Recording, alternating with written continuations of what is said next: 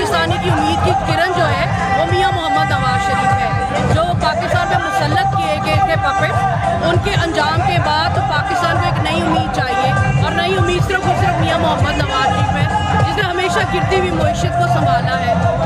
कल नवाज शरीफ साहब आएंगे, जब पाकिस्तान में लैंड करेंगे तो पाकिस्तान के अंदर क्या तब्दीली आएगी, क्या चेंज आएगा?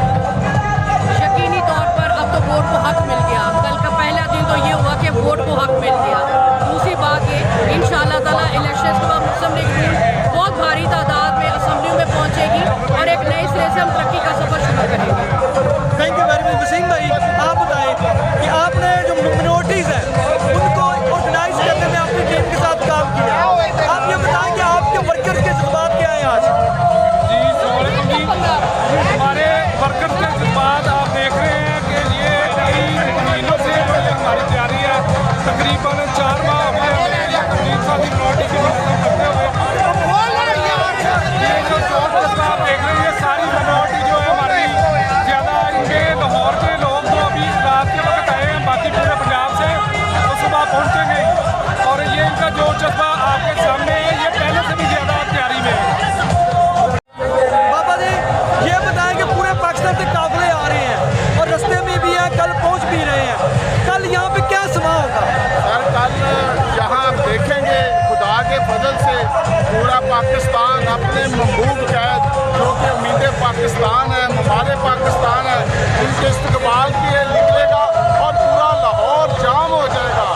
यहाँ तक 12 बजे के बाद लोग नहीं पहुँच पाएंगे।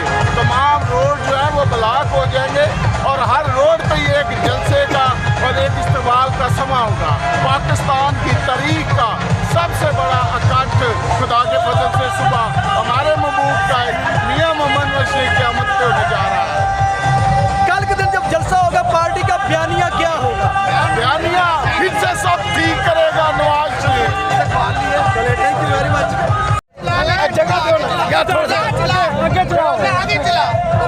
आप ये बताएंगे खवातीन का सियासत में आना मुश्किल है, काम करना मुश्किल है। आप बताएं, आप इतना ज़्यादा काम कर रही हैं, तो आपकी फीलिंग्स क्या है? आपके साथ आपकी टीम भी है, तो आप क्या पाकिस्तानी अवाम को मैसेज देना चाह रही हैं?